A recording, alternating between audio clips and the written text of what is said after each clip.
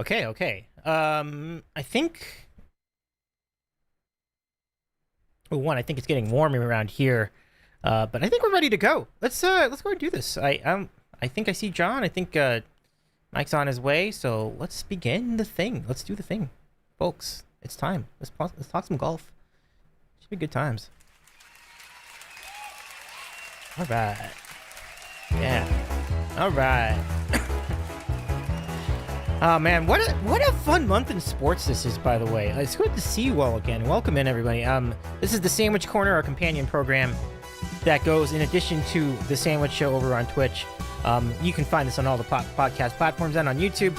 My name is Dave Medina. You also know me as Davey's Eating a Sandwich on the various social media platforms, and Twitch as well. It's good to see you again for another edition of the Corner. Thanks for joining us last week too when we had our NBA Finals recap. Join us again next week too, because Chris and Georgia will be back with us to recap the NBA draft. So on tonight's program, we're going to be joined. We're joined by our good friends Mike and John. Mike in North Jersey, of course, and John in Connecticut. They've been covering golf for a very long time. And John was over at the Travelers Championship just about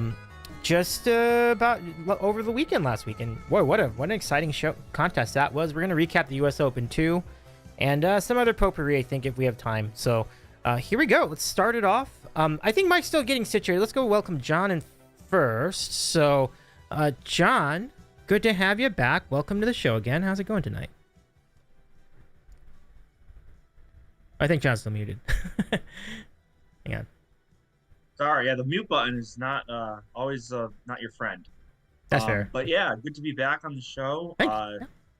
We had a couple of fun weeks of golf. Can't wait to get into this U.S. Open recap. And then, yeah, I was at the Travelers Championship last Friday. I did not go for the weekend rounds, but still, it was a great time to be there when I was there on Friday and a great tournament. So, yeah, so some good stuff happening right now in golf, and glad to be here to talk about it. Yeah, John, it's really great to have you back too. You'll notice on if you're watching on YouTube, you'll notice that I have Copa America on the TV screen next to me. So much juice in soccer right now. It's been an amazing time, like in sports. Oh yeah, the Euros. Yeah. Hey, did you bet Portugal today? Is that why they lost 2-0? No. I didn't trust that, man. I didn't trust that line because I'm like, they don't need the game. I'm like, I the only thing I did was I took the under, and I got that. But what a huge upset! I can imagine a lot of people had them in like moneyline parlays and so on today. Parlays. Oh yeah. Absolutely. Oh boy. Yeah, that's it. I mean, honestly, even though they didn't need the game, that's got to be such a huge upset. They were giving 400 going in, so like, yeah. And how about Italy like saving their season at the end of the game? Like that was incredible. Like, I just like the tournament's had a lot of juice. It's crazy. Like, all the teams that you thought would be good, like France, Italy, England, Belgium. No one can score. And then there's Georgia. Like, the Georgia guy has like the most goals right now. He's like the leading goal scorer.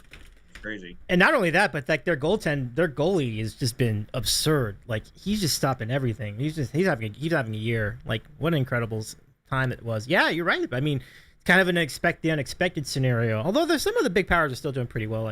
Like Spain, for example, took care of business for the most part. And I know that people are getting antsy over in England, though. Like, people were not happy with the way that they played that game against Denmark, I think it was. Like, where they had the tie, or they had the draw. But let me see. Let's go see if Mike's in the building with us. Mike, are you with us on the chat in the call? I'm alive and well, Dave. Hey, welcome, Mike. Good to see you again. How's it going this evening? Things are going pretty good. I just got back from my trip to Hilton Head. Did play Harbor Town. I unfortunately did not play very well. I shot a 93. It wasn't really the course, though. I'll get into this right now, I guess. My big takeaway from Harbor Town, first of all, the practice balls they let you use are Titleist Pro V1s. I was tempted to steal like 25 of them. That probably would have gotten me thrown off of that course before I even began. Yeah. Here's the thing. They talk about it, how tight it is, how narrow it is, whatnot. I'm telling you, for the courses that I play and probably the courses that John plays, it doesn't feel that narrow. Like, I think I lost one. I lost one ball the entire time. I hit in the water on 14, which honestly isn't the worst play in the world because it's a lateral hazard. So you can just drop basically on the fringe and it's a pretty simple up and down for bogey.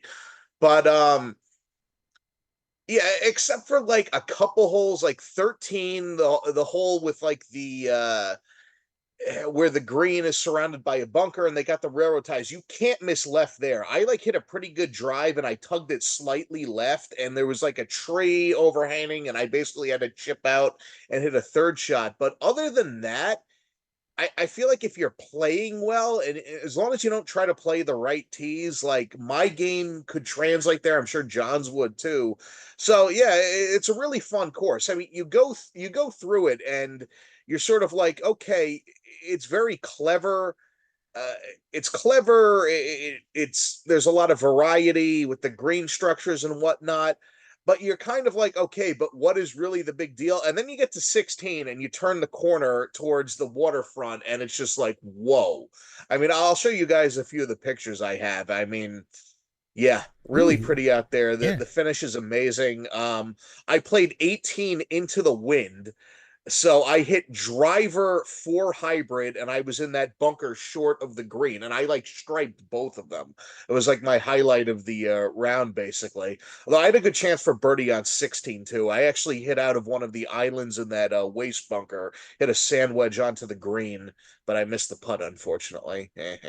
But Uh, yeah, beautiful course, a lot of fun, pricey, but honestly, for I mean, it cost me, I think, 375 with tax, and then you got to tip a four caddy. But I mean, Kiowa Island's 750, so except for like Bethpage Black and I guess Chambers Bay, I think you get a decent rate on too because it's municipal. That's honestly not completely outrageous. I'll also tell you one thing: I ended up playing with a guy who was about a scratch handicap and was a club champion. But here's the interesting thing about him: he is a strength and conditioning coach who works with several PGA Tour pros. He has a close relationship with Chris Como, and he actually said, and this will sort of segue into what we're going to talk about today, that when Bryson DeChambeau put on all that weight, he was like his right hand guy in getting him to do that. So, of course, I yeah. want to follow up. All right, so what was his steroid regimen? But Ah, I knew that he would not disclose that, even if it was the case. But that's funny. yeah, a lot of fun. The caddy was great, so I had a good time down there. But my games, I even went to a range down in Hilton Head a day later, and I could tell like when I set up my club as an alignment aid, I was hitting the ball well. But then when I took it away, I realized that I'm thinking I'm aiming like 20 yards right of where I actually am, and so I got to get that sorted out. Hopefully, I'll do that before the year ends. I'm sure I will, but yeah, even though it wasn't my best round, it was still a lot of fun, a lot of memories. That's great, Mike. I mean, I'm really glad you had a good time over there. I mean, it's a very productive weekend to be for sure. That's awesome. Like big time, big time props to you. My dad has Pro V1s. I gave him some for Father's Day. Like they are premium balls. Like those balls are great. Like so, big fan of those too. Yeah, John, Mike, that's awesome. You know, it's interesting. We talked about Bryson. Bryson now past the quote unquote steroids era. We can't prove it, but you know, you looked at him at the time. it seemed evident. But now he's back to being like normal sized again, and that was enough to carry him to a U.S. Open championship. Well, that plus he was really playing well over the entire weekend. Let's get to it. Let me actually go to John first, since we went just really quickly. The lead up to this tournament, John. Like, if you talk about like how it was set up, it really was a very good event. I mean, it was interesting how it boiled down to like Bryson and Rory at the end of it. But I'll give it to Mike for the recap part. But just like the setup going in, I mean, you think about the buzz. I think just a, sort of a pre-question for you, John. Were you surprised that it went the way it went? Like the people that ended up at the end of the tournament were the people who ended up at the end of the tournament, because there were a lot of people in the mix there for a little bit there, John. So what were your thoughts going into the tournament? Did it go the way you thought it would? I mean, the course played like I thought it would. I mean, Mm-hmm. there's no surprises what you're going to get at Pinehurst. It's a very odd course in that it's sitting on like a sand belt and there's no rough. And they mentioned it, hundreds of times about the wire grass and the different kind of lies you're going to get if you're off the fairway. And it's just like a hit or miss kind of thing. And you saw throughout the week, guys were playing out of it. If they got a decent lie, they were able to hit the green, no problem. But it really challenged your short game because everyone was missing greens, and they were showing the graphics on NBC where the green itself may be 50 yards, but really it's only like 30 because everything slopes off the green. And you really needed to bring your short game to this course because you're going to have to get up and down. And that was one of the key things. Um, we'll get to it, but that's really one of the main reasons why Bryson won it. Not because of his driver, and he played very well, obviously over the course of the 4 days, but he had so many clutch up and downs and par saving putts that kept the round going for him, especially on Sunday when he really didn't have his A, even say his B game. He played like a C round on Sunday. Um, I guess in terms of like the pre-hype, you thought maybe Scotty Scheffler would have been up there. He just did not have a good tournament at all. He couldn't really figure out the greens.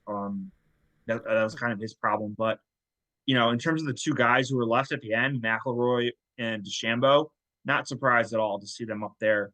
McIlroy's had a really good history lately in the U.S. Open. I think he had like 4 or 5 straight top tens coming in previous years. And then DeChambeau obviously won one at Winged Foot.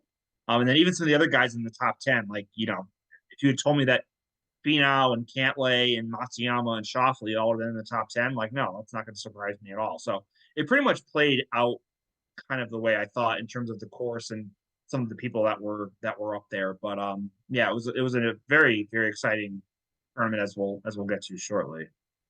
Oh, absolutely. And so now let's go back to Mike, and let's get your recap of this event. It was an incredible run, a very nice final round, but what heartbreak for Rory McIlroy with like 2 putts that could have won the thing, Mike. And boy, he missed them both. And your heart melts, or your heart hurts when you see that, because you just don't know. And you said this in the text in our group text, like, we don't know if he's going to have another shot at this. Like, that was a really golden opportunity for Rory to really extend his run with majors.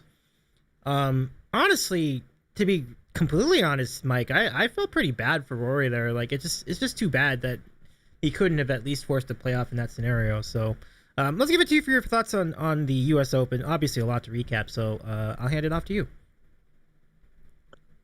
Look, there are certain tournaments over the years where, whether it's entering a round or whether it's during the round, the circumstances align that even before the conclusion that we're going to remember this for one reason or another.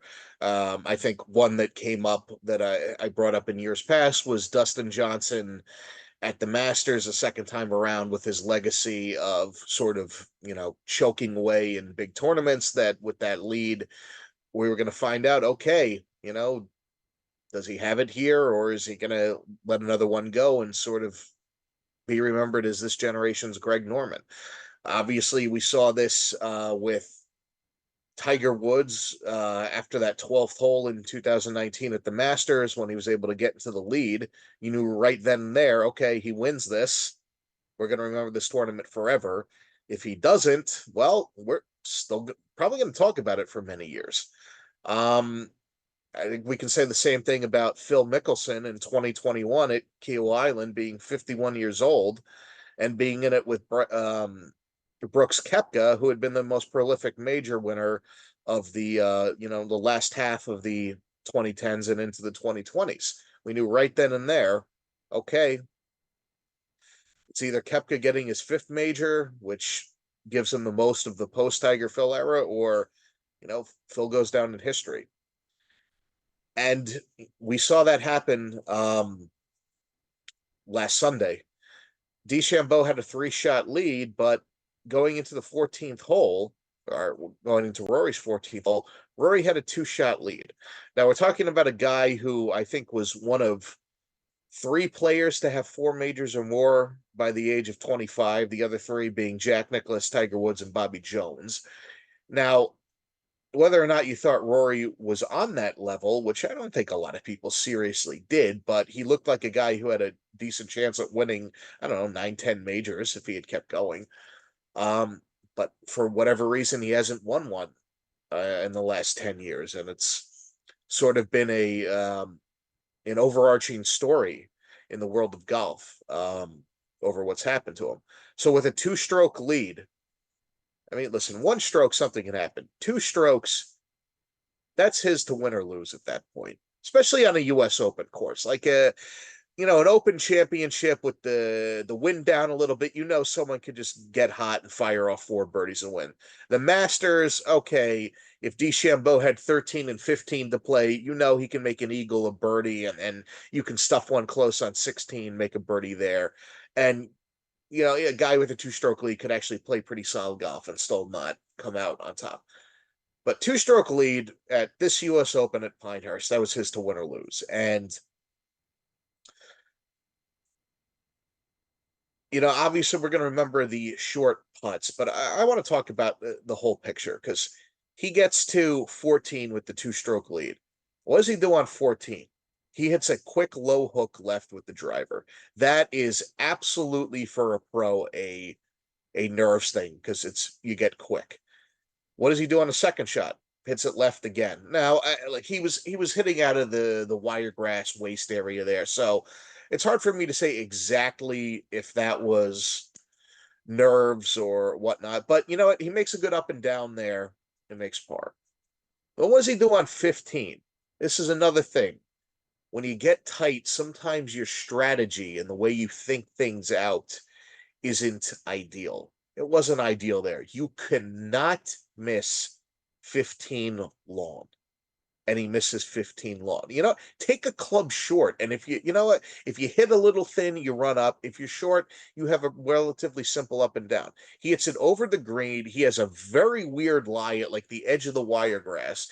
And he was lucky to even make bogey on that hole because he very easily could have hit that shot on 15 from behind the green, over the green, and off. 16. He is 496 for 496 on the season inside of 3 feet. What does he do? He dead pulls it from 2.5 feet. And right then and there, you just knew he wasn't going to win. You cannot do that in a tournament where, unless you have such a big lead, like Scheffler did a couple years ago at the Masters, where he 4-putted the last hole because it didn't matter. But here it did matter.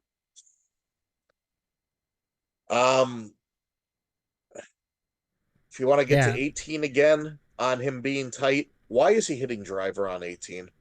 He didn't need to hit driver there. It gets especially with the distance he hits it, with the turf conditions, he could have hit 3. He could have hit.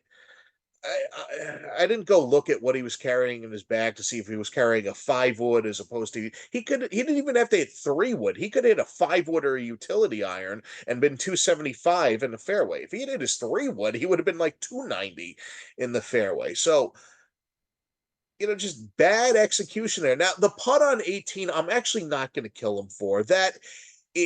He aimed that like 2 cups outside. It went dead to the right. If he tried to hit it firm and he missed, the ball literally could have rolled off the green. If it were just that, you'd say, okay, Tiger wouldn't have done that. Jack Nicklaus wouldn't have done that. But you can do that. But it wasn't just that. It was all these things that I just went through. So now I guess the question is, where does he go from here? I don't know. It seems like his confidence is completely shot. The big mystery with Rory McIlroy over the years, was, to me at least, was always what happened between 2014 and whatever year you want to say when, okay, this has been too long now, that knocked his confidence down. Because there was no, one real moment in the sand where you can say he threw away a tournament. Well, you know what? Now you have the Open Championship in 2022. You got the U.S. Open in 2023, and you have this U.S. Open. He had to win one of those, and he knows it. And I really don't know how he is going to handle major championships going forward with this winning 4 by 25 and then not having won in 10 years. And I talked about it on our last podcast, that I think Gene Sarazen is really the only comparable now. that you can look at who won early on, win a decade without winning anything, and then won a couple more. You now add just one that he knows he absolutely threw away, and two brilliant chances over the last 3 years, or 3 seasons, I should say, that he let get away. That's a lot to deal with. Now, listen, who knows? I mean, Adam Scott absolutely choked away the 2012 British Open when he bogeyed the last 3 holes, and then Ernie Els snuck in and won. He played a good back nine to put himself in position, but still, Scott had the tournament, threw it away, and he came back and he won the Masters the next year. So I guess it's possible. I mean, could he win at Royal Troon? Well, one of the guys I played golf with thought so. I mean, I don't really know. I don't know. I don't think Troon necessarily suits his game, but I didn't necessarily think Pinehurst suited his game either, with the the runoff areas and the severe penalties you can get for misses into the green. And he does have a Rory, that is, he does have an issue with, I think, misses that go beyond the normal dispersion zone for the distances that he has into the green. So I don't know. Yeah, it was very hard to watch. But the thing is, even when he was up by two, I had a feeling he was going to let it get away. I just, in the back of my head, I didn't trust him Wow. to get to the finish line. And I wanted him to win despite having money on Bryson DeChambeau. Mm-hmm. To talk about DeChambeau, John got right to this point, and it's an excellent one. It's those up and downs. And I went through and I watched a highlight shot by shot of his round again. And really, if you look at this stretch, 8, 10, 11, 12, 13, or 8, 10, 11, 12, 4 holes, he ends up playing all of those holes. On the par 5 10, he got the up and down for birdie from like a short-sighted angle. If you look at all of those holes, he probably should have played that stretch at, I don't know, 3 or 4 over, and he ended up playing it at even par. All of them being tricky up and downs where he initially missed the green. I mean, that's what won him the tournament here was, and not necessarily if you want to say he had some good fortune in not being behind the wiregrass, yes, he did. But he found himself in difficult positions, needing to get up and down for par. And he was able to do it all, but I don't know, once. I think, what did he have? 11 or 12 where he missed the green, and he finally got punished for it. And then, of course, 18 with what people say is the hardest shot in golf, is that 50 to 75-yard bunker shot, and he put it to what, 2-3 feet. So I mean, that was just an absolutely brilliant shot. Fantastic job by him. He's really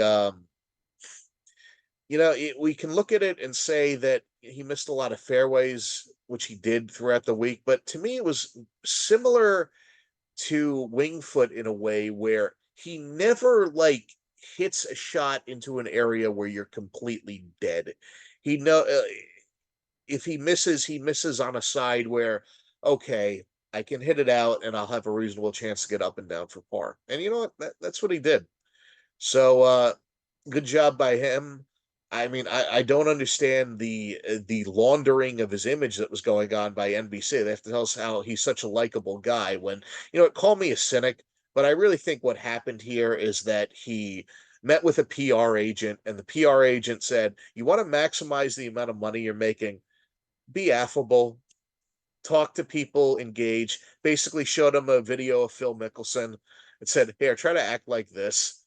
And, listen, I'll give him some credit. He is spending time signing autographs for kids and stuff, and that is his time. So credit for that. Even if it's done with some financial motives in mind, you're still giving up your time. I said that about Phil, so I got to give him credit for that. But I don't want to hear about what a likable and great guy he is when I called it that he was going to take the U.S. Open, go to a Trump property, and celebrate with the children of our former president, our 34-time convicted felon former president, which we don't need to get into. But yeah, great guy. But no, seriously, great win by him.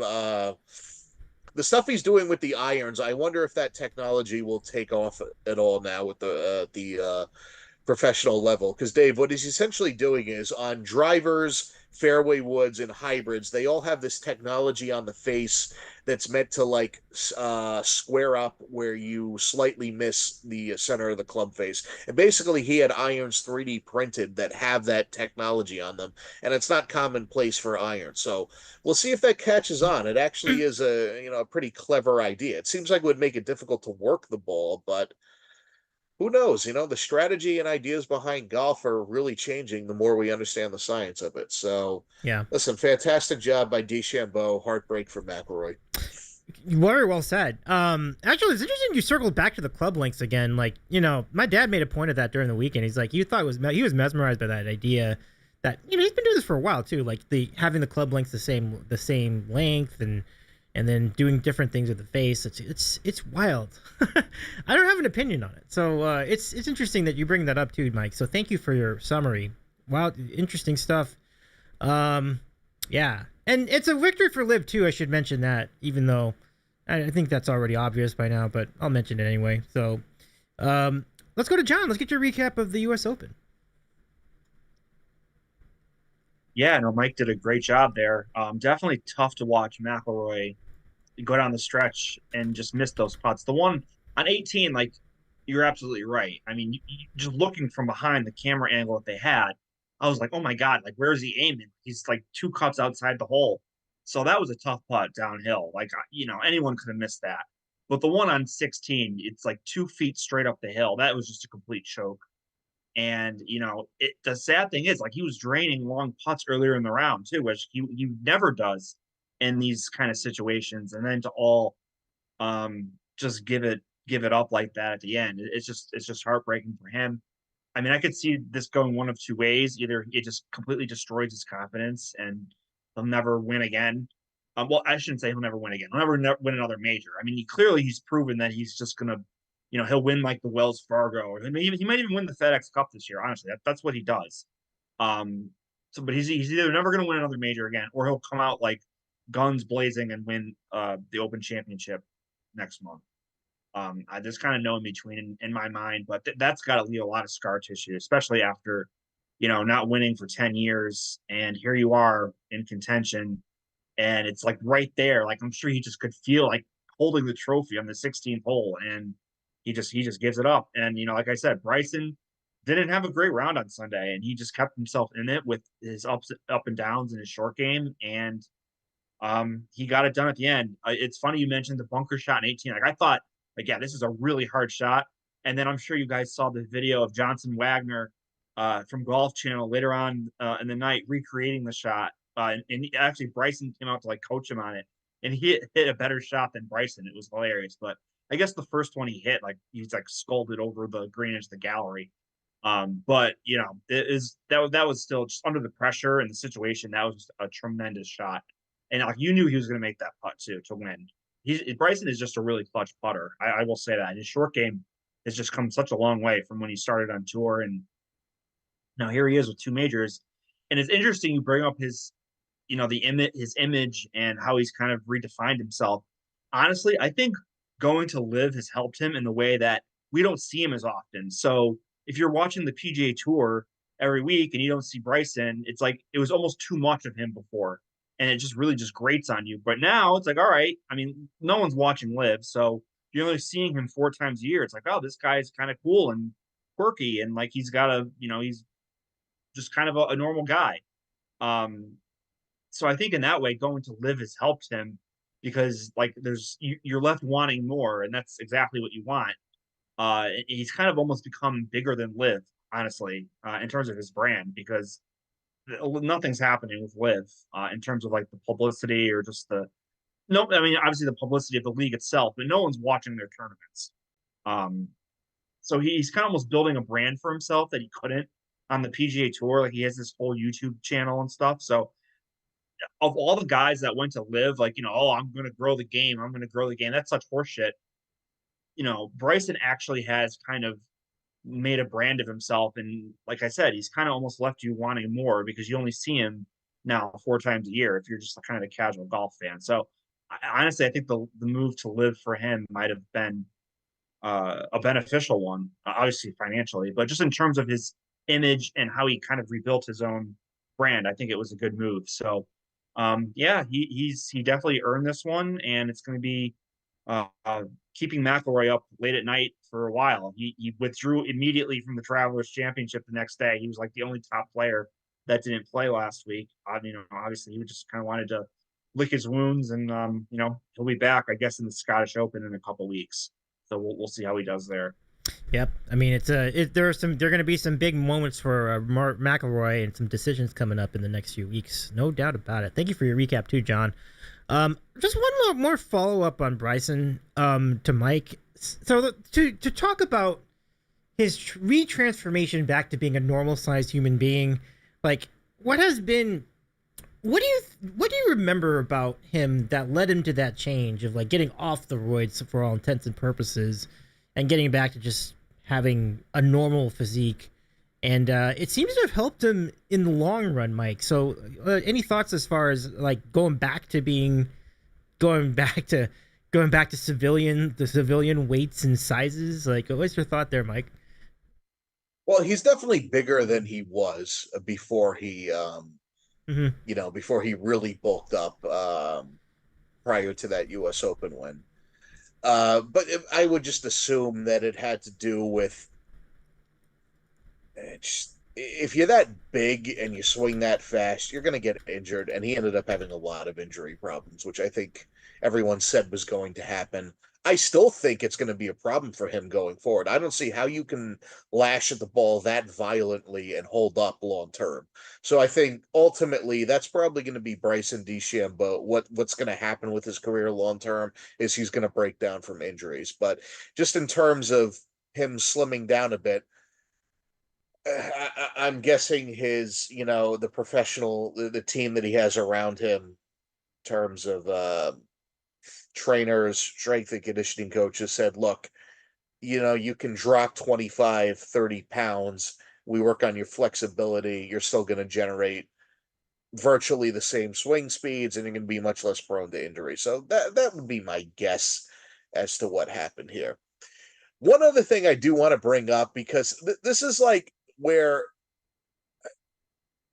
actually I bring up two things to piggyback on John's point. When I've gone around and played golf with a lot of different people this year, what the younger people say, where DeChambeau is really doing well for himself, is that YouTube channel. That's giving him a whole different avenue to connect that a lot of golfers, frankly, are not utilizing well enough. And the YouTube channels of these guys who are like scratch or slightly +1 golfers, but who are like not quite, like a lot of them are on mini tours, but they're really not quite good enough to be on the not the Corn Ferry Tour. It is the Corn Ferry Tour, excuse me. Change the name so often I can't remember.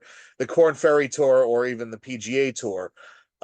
You look at some of these videos and they're getting millions of views. Like the caddy that I had at Harbor Town had caddied for one of these people, and I was like, "Wait a minute, I recognize you. You were on a video with so and so." And he's like, "Yeah." Nice. So, I mean, that's really become a big medium for golf fans to consume content, and Bryson's tapped into that. But one thing I will say about when we're hearing that's like, oh, he's 255 or he's 260 out, he's hitting 5-iron. He's stamping his irons with just nonsensical numbers. His 5-iron has 17 degrees of loft. I have a 2 hybrid. I don't use it anymore. Mm-hmm. A 2-iron hybrid. It has 18 degrees of loft. My 3-wood has 16 degrees of loft. Okay. That's not a 5-iron. It's a 1-iron. He can call it whatever he wants. But then I see some of the people that are really defending him are like, oh, but if you look at his spin rate and his height, that it's the same as a 5. No, it's not. What? Because he can hit a ball higher than an average player, that means that he needs to have a 5-iron? No. Jack Nicklaus could hit a 1-iron as high as a tour player could hit a pitching wedge. It didn't mean that he needed his pitching wedge to have like 28 degrees of loft. So yeah, Bryson is really long, but whenever you see this stuff about, oh, he's 210 away, he's hitting an 8 iron. Basically, what he's done is it's almost like he's playing with like a 1 through 5 iron, and then he has wedges, and he controls everything by how much of a swing and how hard he swings from like, I don't know, even up to like 180, 190 and down. That's basically what he's doing, which again is actually pretty interesting when you think about it. It's certainly a different approach to playing golf, and there is interest, to me, like there is like a legitimately interesting angle to what he's doing. But then to try to say he's hitting his 5 iron 270 yards, it's not a 5 iron. I can take my driver and write 5 iron on it. It doesn't make it a 5 iron. So I don't know Yeah. why there wasn't more of a, like, hey, look, what he's doing is really impressive, but we're not calling this a 5 because it's not. Um, but yeah, that's just my little tangent there. It's important that you make the point though, because like the math doesn't add up otherwise. You're like, okay, that makes more sense now. I mean, when you adjust the degrees, it would most definitely change the dynamics of how you hit the ball like that. So thank you, Mike, for that. All right, let's go to John. Let's get your recap of the Travelers. I mean, a wild tournament in a lot of ways, particularly in 18. I'm sure you'll get to that in your recap too, John. So let's go to you now for your recap of the Travelers. How was it over there? I mean, it looked really hot, but other than that, it looked like it was a beautiful place over the weekend. So, John, tell us your thoughts about being there, and then about the tournament itself. Yeah, it was hot. When I was there, it was like 90 and just humid. It just you couldn't do too much of like walking before you had to just kind of chill and just sit down and get yourself in some shade. But yeah, it's always a great time going to the event. This year it was last year too, a signature event, but they cut down the fields this year, so the signature events are only 70-ish players. So it's just the best of the best playing. And it's I hate when like people say, "Oh, it's such a birdie fest." Like the course is, it's too easy. I mean, it is a little outdated compared to where it was, say, 15 or 20 years ago, just because of modern technology. It's only 6,800 yards, but it's a really exciting course. It just delivers great finishes every year. Because of how much volatility there is on the back nine. Um, and it delivered again. I mean, you had at least, I think, on the ninth or 10th hole on Sunday, you had 4 or 5 guys tied for the lead. It was Scheffler, Tom Kim, Batia, Finau. I want to say Cam Young was up there. It just, you didn't know who was going to win, and then it became obvious, within the matter of 3 holes that Scotty Scheffler was going to win. Kind of what he does, kind of what happened at the Masters. Actually, it looked like it was going to be a race, and then he pulled away. Even though it did end up going into a playoff. I mean, give Tom Kim all the credit in the world for making that birdie on 18 and sending it to a playoff amidst the protesters on the 18th green. Oh my goodness, that I can only imagine. I don't know. We could go a lot of ways with that, but that was just a completely bizarre scene for sure. Um, and Scheffler picks up his 6th win of the year, incredibly, and it's not even July 1st, so just huge props to him. Like he can win in any kind of event. Like that's the thing. The whole knock on Scheffler was his putting was just very, very poor. One of the worst putters on tour last year, or else he would have done this last year because he's continued. His ball striking is just peak, like almost 2000 Tiger level. If you look at the just the raw data, and now he's found his putter, and he's pretty much going to win almost every time if he putts because his iron play and just his short game and his mental game were that good. Um, notwithstanding going to jail on the Friday of the PGA Championship, I missed that recap the last show, but I can only imagine you guys dove into that. I mean, he has an excuse for that major for not, and he still finished top 10. But he picks up another win in a signature event, and I gotta Yep. imagine like these guys are just kind of like, what do we got to do to beat this guy? Um, and it's really tough at this point. Of course, you had some players like Finau was right there in position, and then he immediately goes in the water. I mean, what else do you expect from Finau at this point? Like in a big tournament. I mean, that's kind of what he does. Batia, he's a really up and coming player. I actually hit on him at the Texas Open this year when he won, and he's got a lot of game for sure. So we'll keep an eye on him for future events on the leaderboard. And same with Tom Kim. I mean, I think he already has, I want to say 4 wins. I know he won the tournament in Vegas twice, and I know he won the Wyndham. I feel like he has another one, but maybe it's just the 3. But yeah, he's not that long. He's probably one of the shorter players on tour, but he's really accurate. And the Travelers course was just perfect for him. It's like I said, it's kind of a shorter course, and it's more about irons and putting.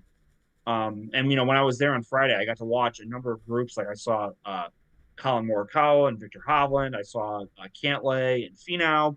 I got to watch Ludwig Aubert for a few holes. And let me tell you, he had the highest ball flight of anybody I watched. Like I watched like 6 groups on the 8th tee. It's a par 3, about 200 yards, and maybe he was hitting like an 8-iron or something. I don't know, but he just hit it higher than anybody. And he didn't have a great week, but he's definitely going to be, as we talked about, I think after the Masters recap, he'll be the next Scheffler in about 4 or 5 years. The guy is just full of talent. But yeah, no, I'm kind of rambling at this point. But yeah, it was a great tournament. It always delivers. And Scotty comes up again with a win, his 6th of the year. So, the folks around here were quite happy with the event. And I honestly, I was kind of skeptical about how these signature events would work with only like the 70 players. I do wish there was a cut. They do have a cut for a few of them. Like the Memorial, for example, the last one, they cut 20 players, which is fine. Like, I think they should have a cut in all of them, but I'm fine with the 70-player format. And, guys can play their way into them if they do well in the previous tournaments. So, it was a great event, and always glad to be a part of it every year. Yeah, that was pretty good stuff. Thank you for the recap, John. Like you said, once again, the Travelers delivers.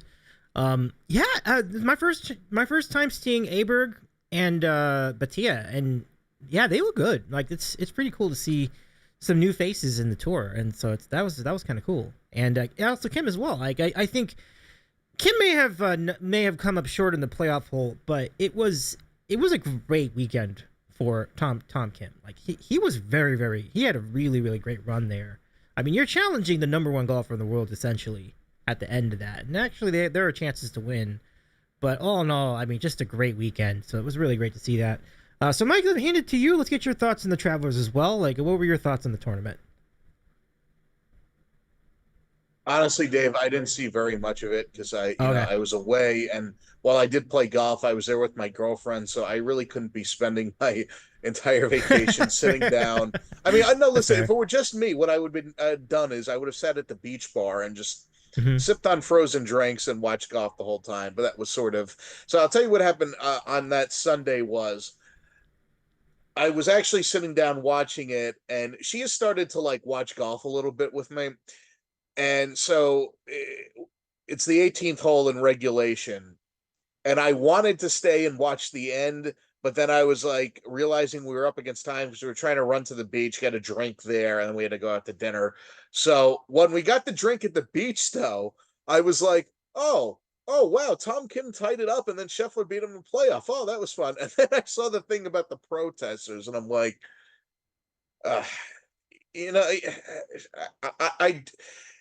I do not understand why people on the left of the political spectrum seem to have no idea in terms of strategy and implementation for actually getting their goals accomplished. They just want certain goals accomplished, and then they go about it in asinine ways, which just turns people against them. I don't think dumping green paint or powder or whatever color it was on a red paint or powder on a golf course is going to really going to get your point across. Plus, aren't there a lot of golf courses have really made a lot of strides in terms of the fertilizer they use and what they're doing in terms of being more sustainable. Aren't there like bigger pollution sources in central Connecticut that you could protest than TPC River Highlands? I would think so. It's like Mike would always say when he would get a prank phone call, you got to have something better to do with your life. Go read a book, help an old lady cross the street, do something. I mean, it's well intentioned. I understand where they're coming from, but like you said, execution was not at its finest there. I understand, yeah, for sure. So, well, thanks for bringing that up. I mean, it sounded like you, like, again, it was cool to get your perspective on that, because, like, what do you do when there's a big event and you're in the middle of a vacation? Like, you've handled that pretty well. Got the best of both worlds for a little bit there. But yeah. Now, how long were you there, Mike, down at Hilton Head? Like, was that your last day, or were you there a little longer? No, I was also there on Monday for like half the day. I came back Okay. Tuesday afternoon, which I'll tell you, landing in 40-mile-an-hour winds at Newark was interesting. Oh, I'll tell you that, yeah. Yeah, but I was in Hilton Head Thursday through Monday. I was in Savannah Wednesday night. Okay. I'll actually give you a good story from Savannah. Oh, let's hear it. I was staying at a hotel called the Bohemian, right on the riverfront. As I'm checking out, a disgraced Hollywood actor was checking in.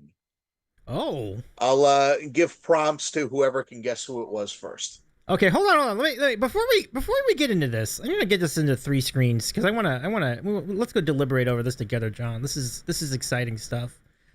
Okay, let me see if I can get us into the 3 shot. Does that look right? It looks pretty close. Yeah, pretty good. Okay, so where's my cursor? Okay, so all right, John. Feel free to field the first prompt. Go ahead, Mike. Let's hear what you got. That's the disgraced Hollywood actor. Okay. No, that's already That a was good. it. That was all the clues we're getting, Dave. Yeah. Oh, that was it. Okay. So, yeah, give us your first guess, John. I think I have some ideas. Raced Hollywood actor. They have to be live in the South. Obviously, they're in the Georgia vicinity, right, Dave? Well, they could be visiting though. I mean, Hilton Head's a big tourist destination. Right, it's true. They're either in a So hotel. is Savannah. Savannah Savannah too, is a big tourist destination as well. So, right.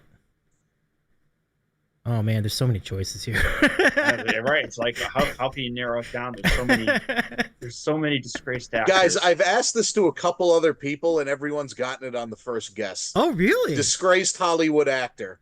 Charlie Sheen. No. That's a good guess, though. Now we gotta think a little more recently, right? So, yeah, it just happened too, right? That's my thought. Kevin Spacey. You got it. Oh, that's brilliant. That's brilliant. I didn't know he was still in the country. I thought he was living in London at this point. Wow. I don't know. He pulled up in a Lexus SUV with it didn't look like a rental. It had license plates on it. And I did a double take. I'm like, that guy looks like Kevin. Oh my God, it is Kevin Spacey. And then at the hotel, the attendants always call you. They call you by Mr. and then your first name. And I hear one of the attendants go, "Okay, well, we got to get Mr. Kevin's bags up to his room." I'm like, "Well, yeah, that is him." I held the door open for him. He said thank you, so he was polite enough and whatever. But I don't think I'm exactly his type, so there wasn't much I had to worry about. Yeah, you're probably good. Oh dear, gosh, that's wild, man. That is wild stuff. What does he look like now, Mike? Like, it's been a minute. I haven't seen his face in over 15 years. Well, he was on the hit show on the House of Cards on Netflix. That was the last show I remember him. I think he was right after that he was disgraced, and in that show he was. I'm sure they did a lot of makeup to make him look good in that show. Yeah. Wild stuff, Mike. No, he doesn't really look that much different. I didn't watch House of Cards. The last thing I really remember Kevin Spacey from is Horrible Bosses and Horrible Bosses 2. Yeah. And he really didn't look that much different. Yeah. So. Me too. So that was that was roughly a dozen years ago now? Horrible Bosses was around that time. Maybe even more. I mean, they probably filmed Horrible Bosses 1 in 2010, 2011. Wow. Yeah. I mean, that's a wild. Yeah, that's some nutso stuff. I mean, who knows? I did love that. Well, I mean, really cool recap. Let's carry on and let's get into the upcoming schedule. But really, we can just talk about whatever at this point. So, John and I mentioned the soccer. It's been really fun. The Mexico game, not really on the same echelon with what's been happening at Euros because there's no score and there's not a lot of like ramifications other than Venezuela could advance with the win. Mexico would not advance with a win, but they also won't get eliminated with a loss, so they're probably in a good spot. Anyway, that's the latest. No score at halftime in that game. But yeah, the next one on the agenda is the Rocket Mortgage Classic. I have seen some juice. I remember we were really following it during the shutdown year. Remember that? Like we were dialed in. Like we had like the FanDuel. We had like the. Did you have the golf league at that point, Mike or John? Like was that when you were doing the golf league, or is that? I still do the golf league, but Mm-hmm. that I don't know if I started it in 20. I might have. It was either 20 or 21. But Okay. no, no. Continue, Dave, with your. Oh yeah, it's fine. It's fine. Yeah. So the Rocket Mortgage is the next event in the schedule for golf, and then it's gonna go into the John Deere Classic, which we have consistently, routinely lampooned that event as well as we should. Then you mentioned the Scottish Mike, and then you've got the Open, and so that should be a really interesting series of events coming up. Going back to Mike for a little bit, like what's your thought as far as the next few events? Yeah, well, this week there is a 15-year-old named Miles Russell playing in the field. That will be worth checking out because this guy's supposed to be a prodigy. I just saw a quote in a story where they're saying he's the next Tiger Woods. So, I mean, who knows? Tiger Woods literally won like literally every event he played in when he was a kid. So, I mean, I hadn't heard of him really, except for knowing that he had played on the Corn Ferry Tour once or twice this year. Whereas Tiger Woods as a kid is a little bit before my time. But I remember there was a guy, Ty Tryon, who won absolutely everything, and I knew who he was when he was 14 or 15 years old. He got a PGA Tour card at 17 or 18 and then just completely flamed out. So I will see. It's worth checking out. He's 15. That doesn't happen very often. There's been a couple of 16-year-olds who have played in events this year, but not a 15-year-old. But outside of that, look, these 2 weeks are a joke. The Rocket Mortgage Classic and then the John Deere Classic. I mean, you want to talk about just having a tournament for the sake of having a tournament. These two would sort of fit the bill. I mean, the Rocket Mortgage Classic is on a Donald Ross course that is badly in need of a restoration because it's unrecognizable as one. You have the John Deere Classic with Zach Johnson considers his fifth major, so that should tell you all you need to know about that event. Although I do remember, I actually liked TPC Deer Run, playing it in the PGA Tour 2K23 video game. I was like, oh, this is actually pretty interesting. And the 18th hole is pretty hard, so I definitely had more than one online match come down to that 18th hole, and usually I was pretty successful. But yeah, I mean, no one is going to play these events. I mean, these are going to look like glorified Corn Ferry Tour events, if we're going to be honest, or alternate field events. And look, we're really just at this point we're waiting for the golf to shift to the British Isles, where we'll have the Scottish Open followed by the Open Championship. So that's what we're waiting for now, is to see some links golf. And look, maybe you get an exciting back nine, maybe you throw a wager or two in, but other than that, I mean, listen, watch the Euro Cup. Watch the Copa America. You don't. These are not the couple weeks to be head to toe engrossed in golf. Yeah, I'm with you on that. We've had so much juice in Euro 2024. We finally get a day of rest tomorrow, but it has just been action packed every single day for like the last 14 days, something like that. So really amazing stuff. I mean, what have been some of your?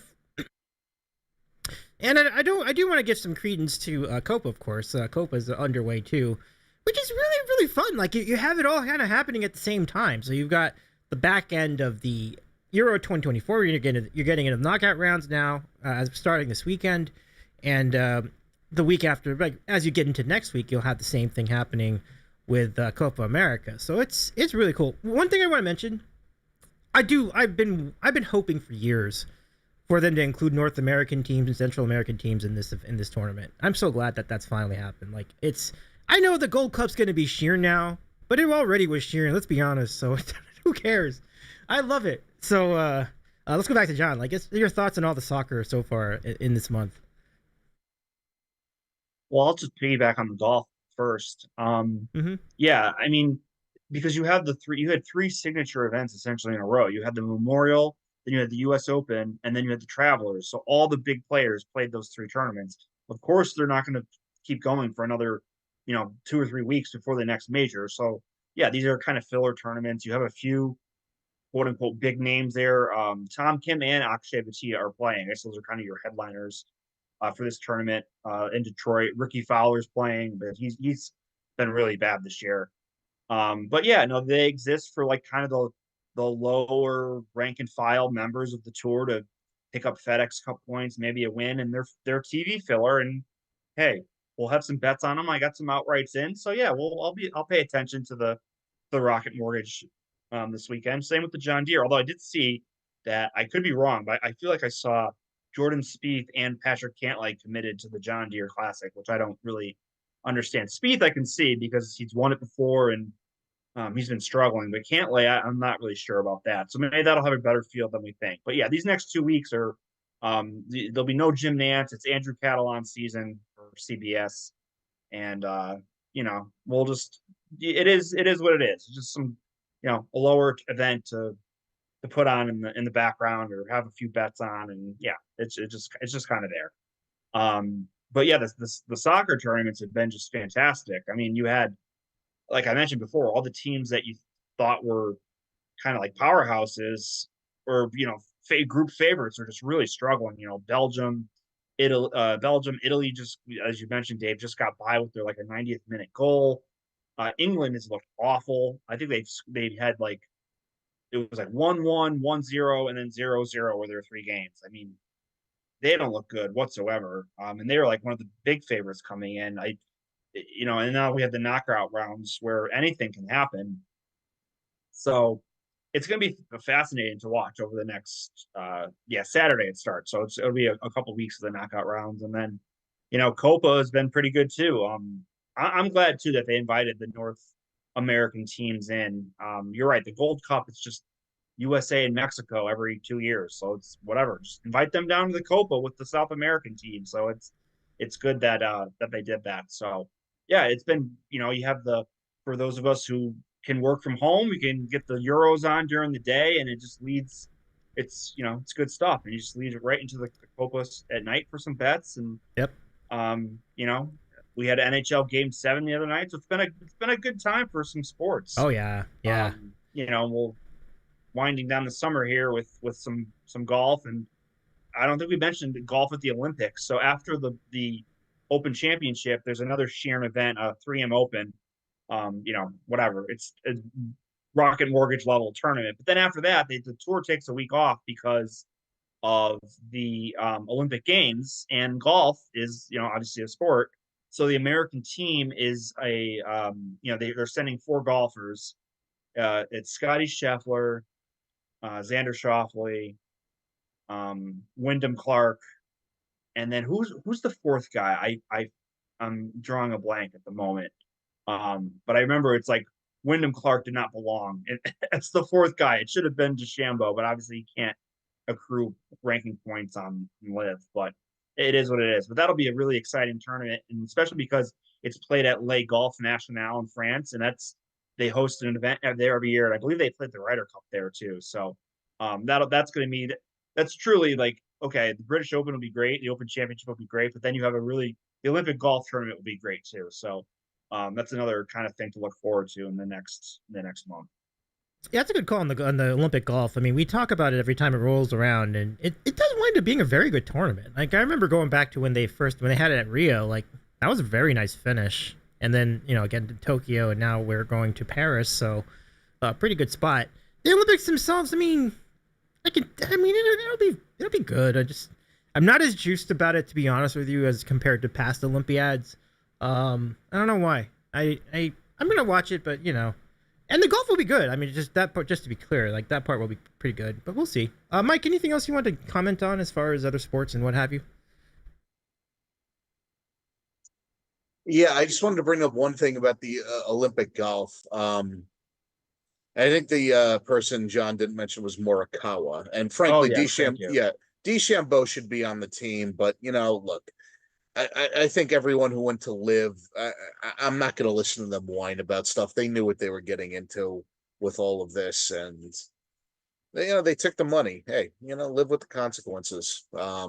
Although I guess realistically, yes, he is one of the four best American golfers.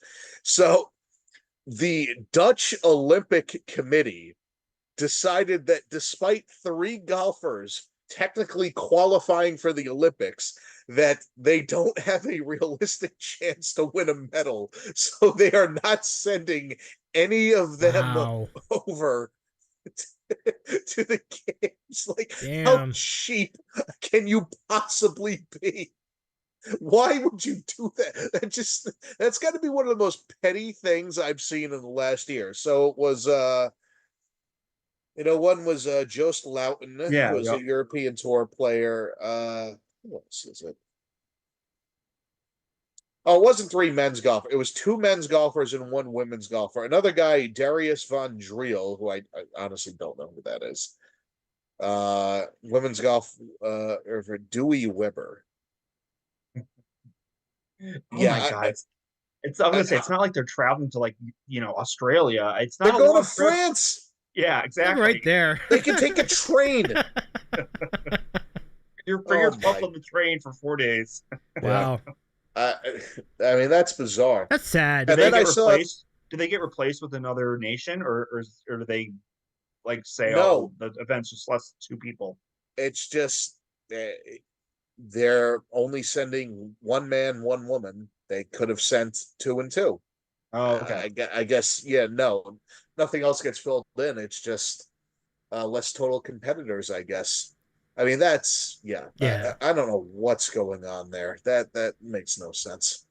And someone brought up that Loughton's ranking is better than Rory Sabatini's was, and Rory Sabatini did well in the Olympics. Didn't he win a medal or something? Yeah, he did. Yeah, I feel like he got or he might have been in the playoff for the 3rd place medal in Tokyo, or he got the silver. Or he was right there, but you're right. Yes, he was.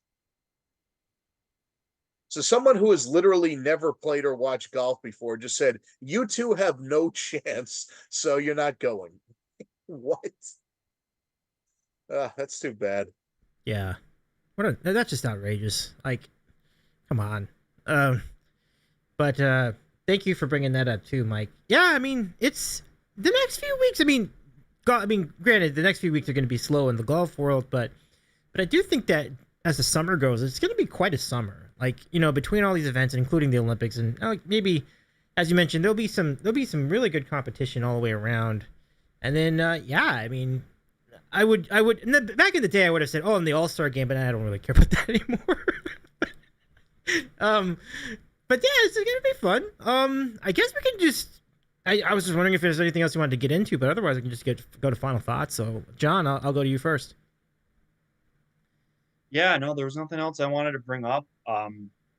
Yeah, like I said, we'll get through these next few weeks of golf, and then we'll have our last major of the year, and before you know it, the season will be over, and we'll be doing our football previews, Dave. So No. it'll be good times. I'm going to be getting, besides my, I know I don't really like Phil Steele for his obnoxious commentary on his magazine, but I'll have to. It does contain a lot of information, so I'll have to be picking that up soon and be diving into all the scenarios in due time. Certainly, it's going to be an interesting year in college football with the playoff and all the realignment. So it'll be fun. I think so. I still feel the pain of not having a Pac-12 anymore, though. The West Coast has no representation anymore. That sucks. Yeah, Pac-2 the Pac-2 on the CW. Did you see that? That's where their games are here. So the Pac-2 and live on the CW. Oh dear. Wow. Well, that's out. Yeah, that's just not. That's sad. I'm sorry. I don't know how to say it. All right. Well, yeah, I'm looking forward to that. Yeah, John, we'll talk as far as when to schedule that preview. It should be a good time. I'll even reach out to Ron and see if he's around. We'll see. be fun to chat about all the guest scenarios. Mike, final thoughts for this evening?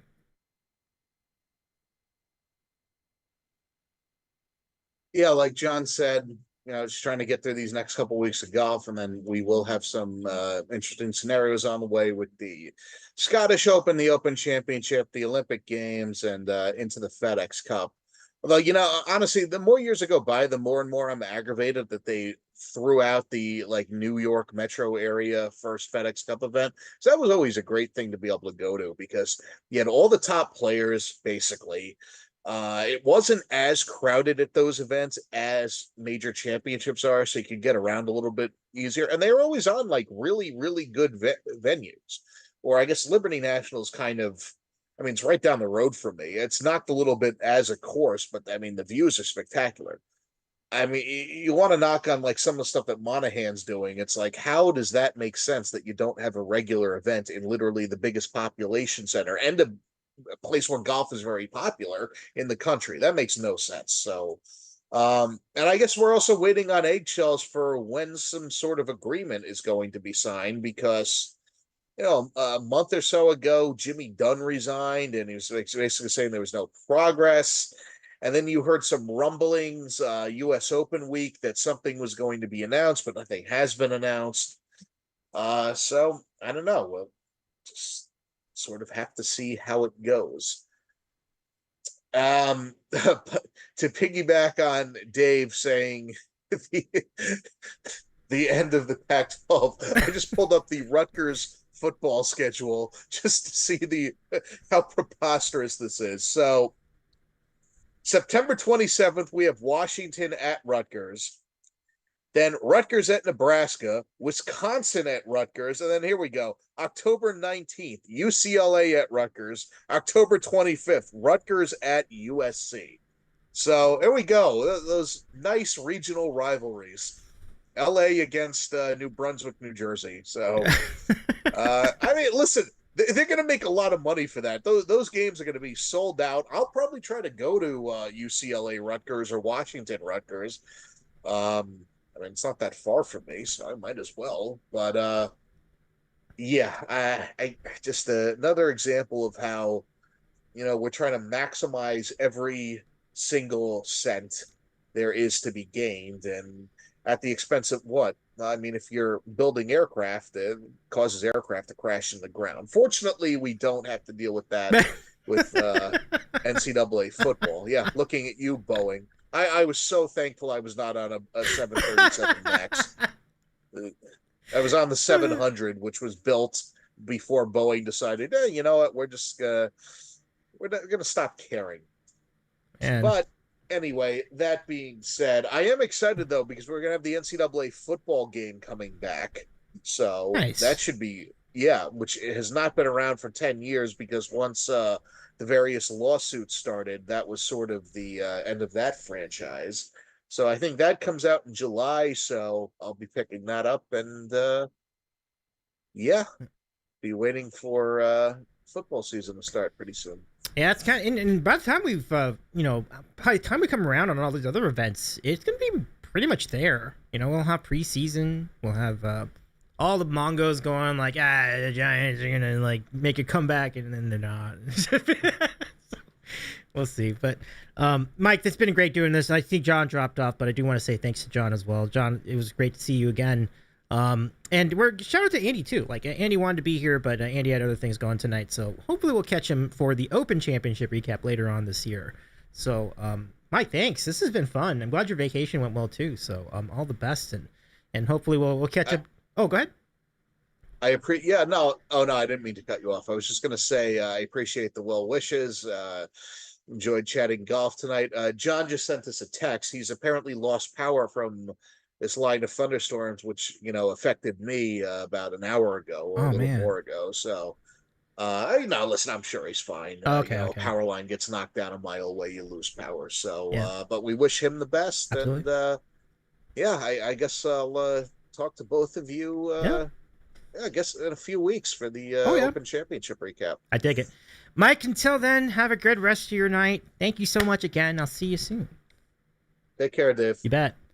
That's Mike in North Jersey. That was John in Connecticut, too. Yeah, hopefully John's not. Hopefully John's all right. I think he'll be all right. But I want to thank you to all of you again for hanging out and doing this with us. If you missed any part of this program and you were watching live, you can catch the VOD of this program on our YouTube page. Look for Davey's Eating a Sandwich on YouTube and search for the Sandwich Corner. It's special corner, literally, of the YouTube page. So we hope you will enjoy all of our content there. And if you've been following us over on Twitch, I'll be back on Twitch in just a few minutes. We're going to go do some golf with your friends and just shoot the shit and just chat. And I'll keep watching the Copa America in the meanwhile. It'll be fun. And then next week, if you are a fan of food, and it's actually kind of and I totally did not even plan this, but it's actually a phenomenal lead up to the hot dog eating contest on 4th of July weekend. We're going to have a McDonald's McNugget eating challenge on Tuesday night on the Sandwich Show. So that's over on Twitch, twitch.tv/Davies Eating a Sandwich. Or for more information, go follow us on Instagram as well. And all the other platforms. We have a Discord server too, called the Sandwich Server, but more of that over on Twitch.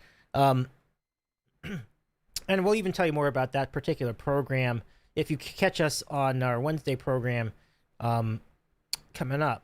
If you're watching this after the fact, you can also catch the VOD of this and other shows on our YouTube page. The YouTube page also has the Twitch, the Sandwich shows from Twitch on VOD as well. So there's a lot going on there on the YouTube page. So that's it for now. I'm Dave.